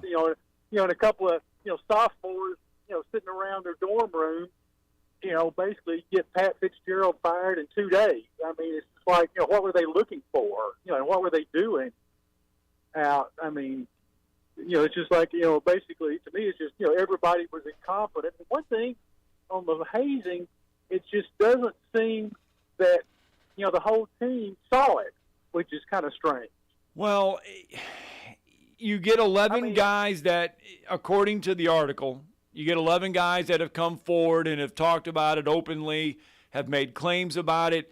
But then you get other players, former players, that have come out and said, I don't remember all of this, or I don't remember seeing it. I don't, Pat Fitzgerald, all this other I don't know. I guess you have 85 players, 120 players. I don't know. Yeah. Well, it's over 17 years, and was it just going on over the last, 2 years and not, 15 years ago? That's like I said, it's just kind of, and you could just have, bad, because a lot of this is player-led, and it could just be some bad players out. But one thing, that gets me is, did these 11 ever talk to Pat Fitzgerald? To me, if they never brought it to his attention, we have a complaint. Northwestern, Northwestern has decided to keep all of their assistant coaches. Yeah, but like I said, if nobody brought it to the attention of the assistant coaches or the head coach, that you have a problem, that's a problem. But, well, and in college football, and I didn't play, but from what I, from being around it as much as you are, if you are a running back or a quarterback, you have your position coach. If you have a problem, you go to your position coach. Yeah. The position coach then goes to the head coach, and then they express it. If there was a problem, the position coaches or the players probably would have gone to the position coach and said something, and then the position coach would have gone to the head coach. So if all of the staff is there, then that means all of the staff, all of the assistant coaches either knew it and didn't say anything, or they completely didn't know. And that, why, if you're going to clean house, if this is that deep, you move everybody out. I lived in Chicago and never went to a Northwestern football game, but it's just like the fellow you had on a little while ago. Yeah. It's 80% Indiana fans, 80% Michigan State fans in the arena, in the football stadium, and it's just going to be a joke. And one thing is, I tell you what, sports calling, you have two major shows in Chicago, and it's pro only. I still remember the day after we beat Texas in the national championship game. These guys, and I'd actually gone to the game, but I had like a 1 o'clock flight in the morning to get back to Chicago, so I was actually going to work. And these guys were making fun of Saban after winning. And I call up, and unlike you guys, they put you on. They kind of mute you and laugh at you. Where you guys don't, do that. That was like the big thing in Chicago. They kind of make fun of you, where you couldn't kind of rebut back to them, and they're sitting there cutting Saban down about being an idiot after he had won a championship out. But like I said, that was one of the few times in the prime morning or afternoon slot they even talked college football. You guys probably have talked about it more this week than the stations in Chicago have. It wouldn't surprise me one bit. But it's just going to be a tough row to hoe to build back up and get, to, like I said, to kind of, get back, luckily they do have the Big Ten money. Is the only thing they have going for them, and so does everybody else in the Big Ten. Yeah. Well, and that's why they mirror Vanderbilt in so many ways. A Vanderbilt football game these days, when Georgia comes to town, I think everybody remembers the last time Georgia came to Nashville, it was 90% Georgia fans, 10% Vanderbilt fans. That's what it's like when a big-time opponent comes into Northwestern lots of times. The visiting team gobbles up the tickets, and they take a percentage of – they take the bigger percentage. I went to basketball games there, probably 10 basketball games, and they've redone the arena. This is before Collins. This is, the guy now is the one that's got them in the tournament a couple of times. And they were bad, but, the arena was just a joke. But I remember I was buying a Coke. This was when Mike Davis was coach of Indiana, and Mike was in school at Alabama when I was. Mike Davis and his team walked behind me at the concession stand going on the court, and I go, "Roll Tide, Mike," to him. And he started laughing. But that's how rinky-dink the basketball stadium was. They had to walk behind the fans in the concession line to get to the court. Yeah, I remember going there a couple times when Iowa was there and just driving over and covering Iowa game for the day because you could make the drive. And, their workout, their indoor football workout stuff was like adjacent to the basketball. So there was just bleachers, and there was just the bleachers up there. And on the other side, you could actually sit up there on the top and watch them work out on the football side because it was just right there. It was. Yeah, I was there one time. I guess may have been February or March, and the baseball team was practicing on the other side. Yeah, because it's just it's crazy. Yeah, it's going to be a hard time. Hard time to rebuild, like I said. But to me, whoever did the investigation, which you can't fire the attorneys, but somebody somewhere, either there or the president, screwed up big time. All right, Richard. Thanks for the phone call, bud. See you guys later. He's right. But here's the thing: it's from a PR standpoint, Northwestern dropped the ball.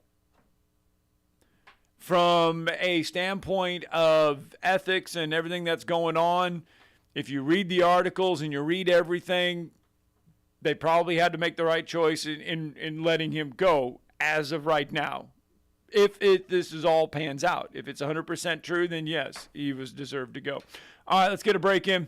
When we come back, we will check in with Steve Sarkisian about Texas and everything. We got the Big 12, some sound from the Big 12 Media Days, and we've got some other news and notes to get through. It's Talking Ball on 97.7 ESPN The Zone.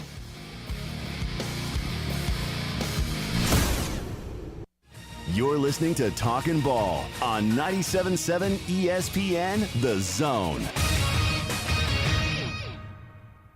From the Fox 54 Weather Center, I'm Chief Meteorologist Jordan Dressman. A partly to mostly cloudy sky this afternoon. Temperatures climbing into the upper 80s and lower 90s. Scattered showers are going to be a theme. Not everybody's going to get wet. Not everybody's going to get wet at the exact same time. Some showers and thunderstorms could be on the stronger end of the spectrum. Gusty winds, heavy rain, and maybe even a little bit of hail. We drop into the lower 70s as we head into the overnight. Essentially a rinse and repeat process as we head into your Friday. A partly to mostly cloudy sky. Temperatures climbing into the mid and upper 80s with scattered showers and thunderstorms, a couple of which could be strong. I'm Chief Meteorologist Jordan Dressman on your home for ESPN Radio, 97.7 ESPN The Zone.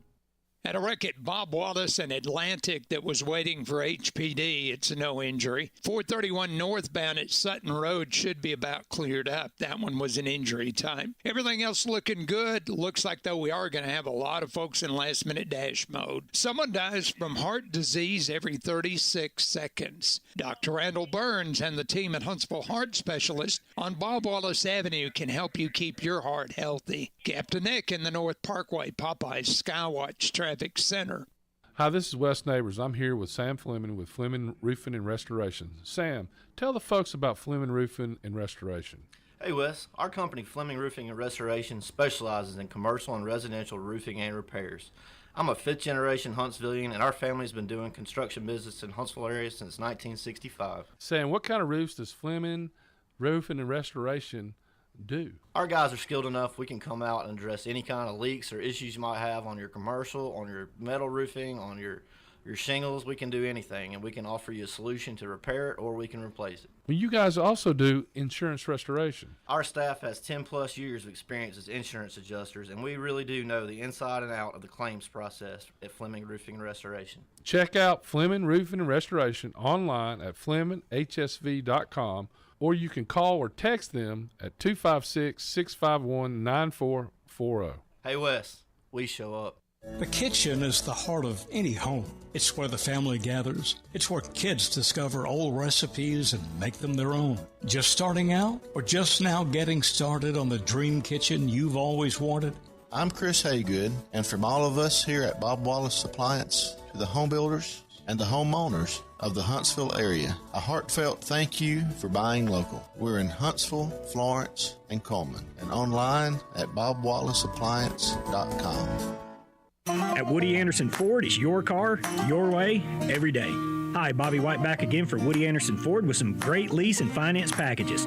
Come test drive one of our all-electric 2023 Mach-E's and you'll see what all the fuss is about. Get financing as low as 2.9% for 60 months plus $4,000 in bonus cash. Or lease the Mach-E for $479 a month. And speaking of leases, how about a 2023 Bronco Sport for $399 or a 23 Edge for $449? These are 36-month leases with $52.71 on Mach-E, $37.09 on Bronco Sport, and $48.79 on Edge due at signing. Zero security deposit, just tax tag title, and your good credit. All offers in July 31st. Call 539-9441 for complete details. At Woody Anderson Ford, we also have F-150 STX with $3,500 in total trade assist. Plus, financing as low as 3.9% for 60 months. And with nearly 30 STXs to choose from, you may find exactly what you're looking for. Come on in today. Woody Anderson Ford. Hope to see you soon. The state's largest orthopedic group is growing to meet the needs of the patients in our community. The Orthopedic Center has long been the most trusted name in orthopedics in North Alabama. So as our area continues on the fast track, so does the need for premier orthopedic care anywhere and anytime you need it. TOC is proud to announce the opening of our new locations in Albertville and Hampton Cove, along with the grand opening of our newest office in Decatur. These clinics will offer the same high-quality orthopedic care you have come to associate with TOC, with the convenience of being closer to home. As a patient, your time is your most precious asset, and we recognize that at TOC. That's why we are also proud to announce the opening of our urgent ortho clinics to handle those bumps and bruises that need prompt attention. These clinics are available to care for acute orthopedic injuries with no appointment necessary. With 38 physicians, 20 centers of excellence, and now more than a dozen locations to serve you, TOC will continue to be the name you turn to for the best orthopedic care at the right time. Visit our website at visittoc.com for more information. TOC, helping you live a better life. From the Alabama Crimson Tide to the Atlanta Braves, we are 97.7 ESPN The Zone.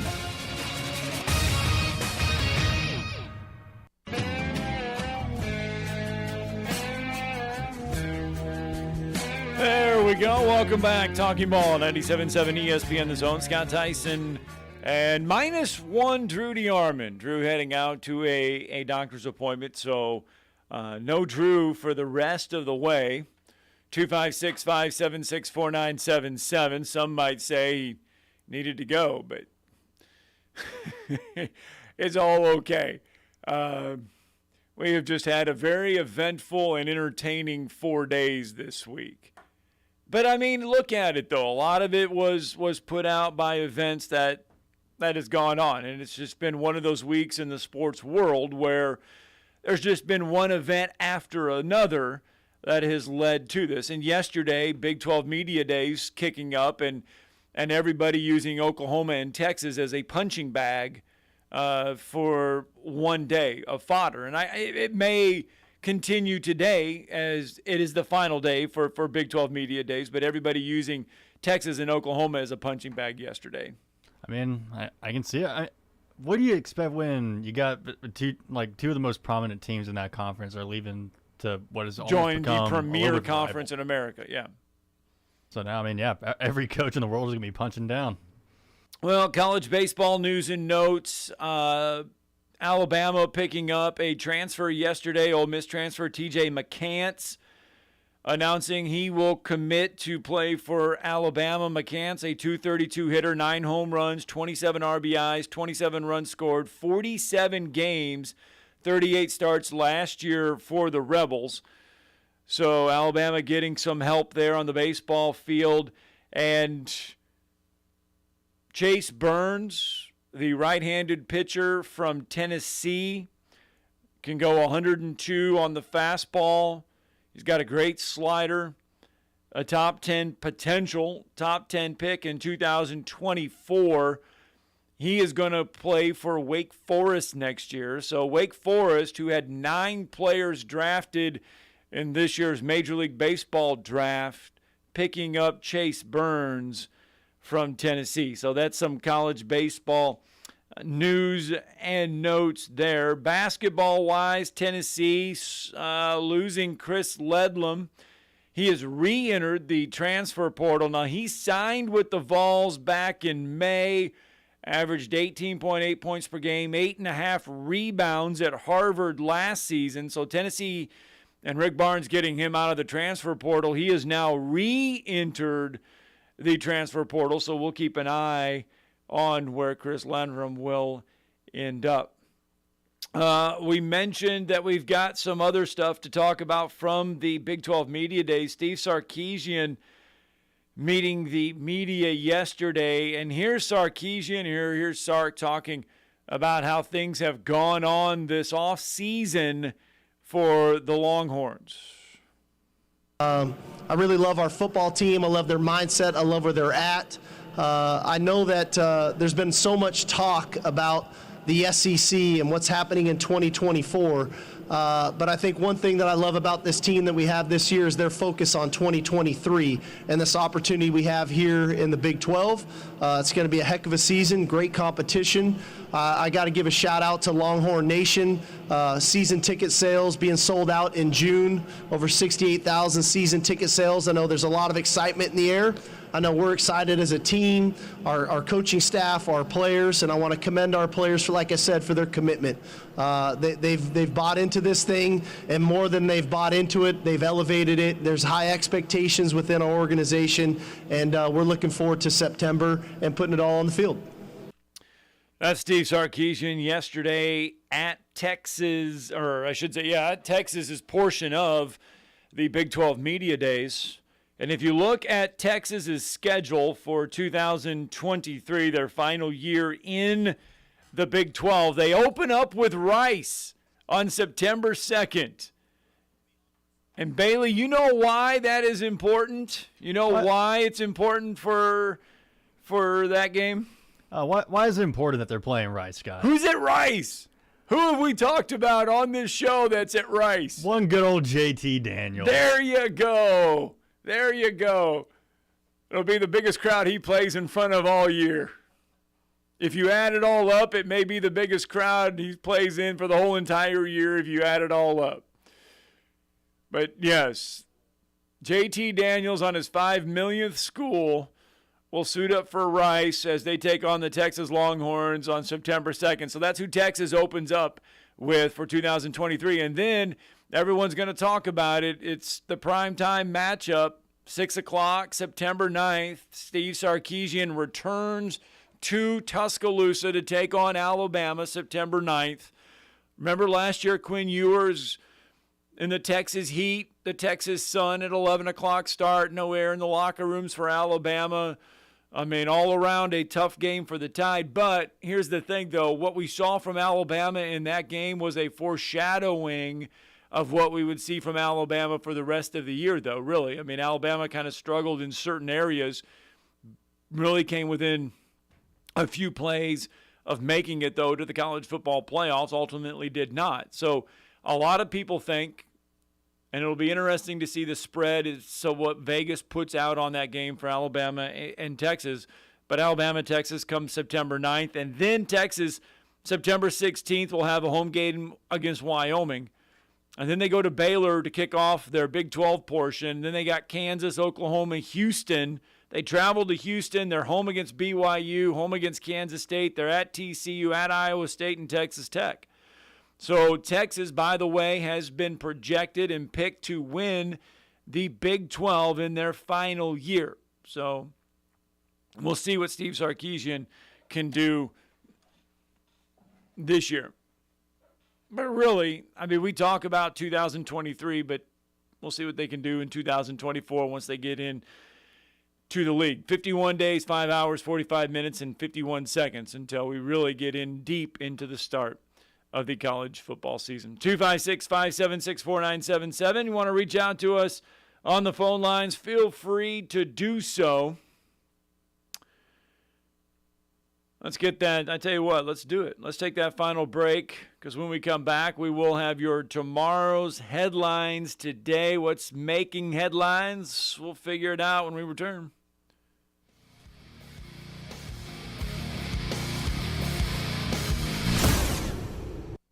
You're listening to Talkin' Ball on 97.7 ESPN, The Zone. We are working with a clean slate this morning, accident-wise. Haven't picked up anything new in the last half hour or so. Everything from earlier should be gone. Don't forget the bridge work north of Hazel Green. They may have one-lane traffic northbound, and a lot of railroad crossing repair going on in Decatur. Just be prepared for that. You can fly Breeze nonstop to Orlando, Las Vegas, or Tampa, starting at just $49. What are you waiting for? You could get to the fun faster, and you could book at flybreeze.com. Captain Nick in the 72 and Jeff Popeyes Skywatch Traffic Center. Hi, this is Wes Neighbors. I'm here with Sam Fleming with Fleming Roofing and Restoration. Sam, tell the folks about Fleming Roofing and Restoration. Hey Wes, our company Fleming Roofing and Restoration specializes in commercial and residential roofing and repairs. I'm a fifth generation Huntsvillian, and our family's been doing construction business in Huntsville area since 1965. Sam, what kind of roofs does Fleming Roofing and Restoration do? Our guys are skilled enough. We can come out and address any kind of leaks or issues you might have on your commercial, on your metal roofing, on your shingles. We can do anything, and we can offer you a solution to repair it, or we can replace it. Well, you guys also do insurance restoration. Our staff has 10 plus years of experience as insurance adjusters, and we really do know the inside and out of the claims process at Fleming Roofing and Restoration. Check out Fleming Roofing and Restoration online at FlemingHSV.com, or you can call or text them at 256-651-9440. Hey Wes, we show up. Not looking or feeling your best? No energy for the things you like to do? Ready to look and feel younger? Make your appointment at Advanced Life Clinic, one of the region's foremost destinations for patients interested in looking and feeling their best. Specializing in advanced laser treatments and weight loss, male and female rejuvenation to offset the effects of aging, and more. See how Advanced Life Clinic can help you enjoy your life again. Call 256-882-6555 or log on advancedlifeclinic.com. The best place to get 50s diner-style homemade delectables is Bubby's Diner. Located at 8412 Whitesburg Drive Southeast, try their all-new expanded breakfast menu with homemade waffles, omelets, and shrimp and grits. With 3 generations of experience, Chris Bubby Belcher has the best burgers in town. Don't forget to leave without a homemade pie or a hand-spun milkshake. Give Bubby's a call today at 256-513-8080. Bubby's Diner, home of the donut burger. Hey, Bob Baumhauer here. Baseball's in full swing and it's batters up for Baumhauer's Step Up to the Plate menu. Some of our great ballpark selections include the all-new Conecuh Sausage Dog with Curly Q fries and Wickles Pickles for only $7.99. Other specials include our All-American Triple Plate Cheeseburger, Chicken Club Wrap, and many more traditional ballpark favorites, including free popcorn. Strike out your thirst with $7.99 Yuengling pitchers all day long, 7 days a week. Hit a home run with Baumhauer's Step Up to the Plate menu. This segment of Talkin' Ball is brought to you by University Kia, the #1 volume Kia dealer in the state of Alabama. Located online at universitykia.com.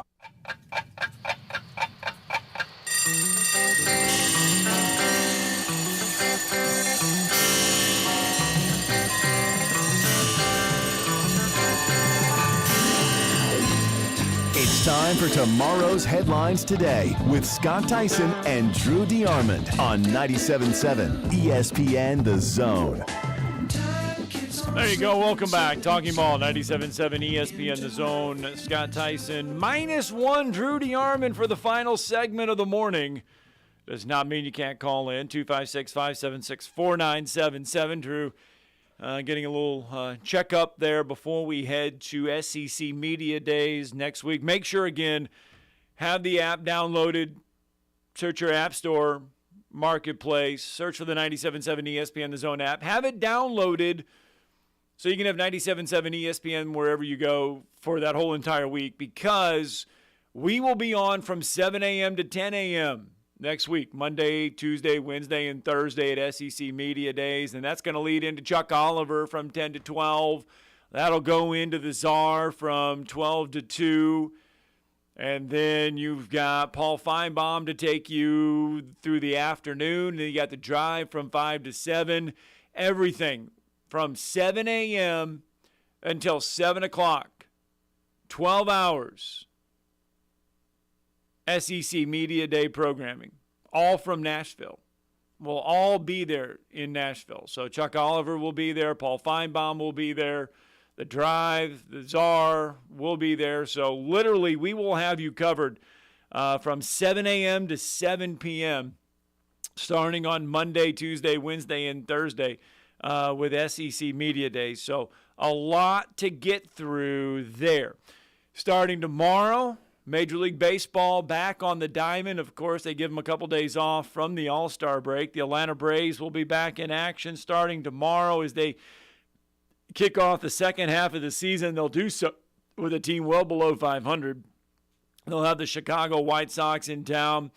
Braves, of course, will start the second half 60-29.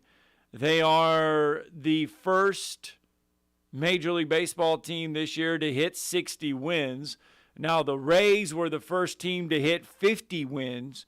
The Braves were the second team to hit 50, but the Braves are the first team to hit 60 wins. Charlie Morton will get the start for the Braves tomorrow, 9-6, a 3.43 ERA. And Ronald Acuna Jr. is currently on pace to become the first player in Major League Baseball history to finish a season with 40 homers and 70 stolen bases. So the Atlanta Braves, can they continue to play as well as they've done in the first half in the second half? We'll start those answers kicking off tomorrow. Don't forget 97.7 ESPN, The Zone, your home for Atlanta Braves baseball for the rest of the summer. Make sure you have it so you can listen to us. 97.7 ESPN The Zone. July 13th, National Days. You know, this is always fun to go through and see what today is as far as National Day goes, because there's so many national days. There's not just like National Donut Day, just one day. Today is National Barbershop Music Appreciation Day. Really? Yeah, so I assume it's like the barbershop quartet stuff where you have that, but it's also National Delaware Day. Delaware has their own day. The state of Delaware has their own day today. I also saw it was National French Fry Day. It's National Bean and Frank's Day. So that got me thinking, that was a staple. How many kids had that as their staple for lunch back in the day? National Beans and Frank's Day. No? Can't say I did. I was part of the era after Michelle Obama took over and changed all of our school lunches. We all remember. We enjoyed Pizza Day. Not anymore. Pizza? Do they still have Pizza Day at the school?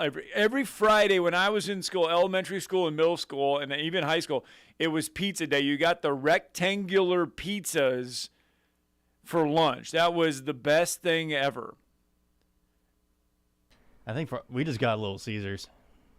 Really? Oh, no, because those school pizzas, they were the rectangular ones. And I believe Halsey's downtown here in 5 Points, I believe they sell the rectangular pizzas that you get in the schools.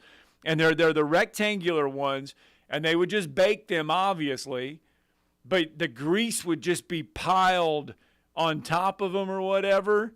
Oh, they were the best school pizzas ever. That sounds like perfect to have before you go, using up all of it at recess like 10 minutes later. Oh, it was great. You didn't care about that. You weren't thinking about that. It was Friday. It was pizza. And you could go through the line twice, but you had to. So the way it was where I was at in elementary and middle school, you had a lunch ticket, and you would buy, I don't know, there was 20 punches on it. And you could use it as many times as you wanted in the day. You could go through 3 times the line. You could go through it, but it would cost you 3 punches or 2 or 1. But on Friday, you always saved it up. So on Friday, you could have a bunch of punches so you could get 2 or 3 pieces of pizza. I'm trying to remember what system we had. I don't even remember. I just remember going up and grabbing lunch. 256-576-4977. Those are the days. Beans and Frank's Day. I mean, come on. Spaghetti. I mean, we had a lot of beans and Frank's and SpaghettiOs. A lot. I'm going to try to go to a couple fast food places, see if they're going to honor National French Fry Day. McDonald's is National Fry. I think you get free fries. I think if you have the McDonald's app, I think if you look on the McDonald's app, I think you can get free French fries there. Actually, that might be the best place to do it. Yeah, can't remember the last time I even have stepped in there. Other notes, I guess you could say headlines. Dick Vitale, legendary broadcaster for ESPN. Yesterday, an emotional day for Dick Vitale on 2 fronts. Number one, the ESPY Awards were given out last night. Damar Hamlin getting the Courage Award, and why not? Everything that he went through there. The Jimmy Valvano Award. Liam Hendricks gets that, battling cancer, playing baseball. But the ESPY Awards, really big for Dick Vitale because of his relationship with Jim Valvano and everything that goes on there. Dick Vitale announcing yesterday that he has throat cancer or vocal cord cancer. He's going to need 6 weeks of radiation to treat it. The doctors say that it's extremely high cure rate and that radiation, not more surgery, is the best path. Dick Vitale is hoping that he says he's going to fight like hell to be ready to call games when the college hoop season tips off. And they feel that it's entirely possible that he can be back for the college basketball season. So our prayers for Dick Vitale. Legendary college broadcaster. All right, that's going to do it for our 2 hours of fun. We'll be back on Friday morning, and we'll do it all over again, hopefully with just as much fun. What does it mean to be a part of the Southeastern Conference? That you paint your body, your car, and your dog your school colors? Maybe. But it means more than that. It means your alumni network includes the state, the country, and beyond. It means your school ring doubles as your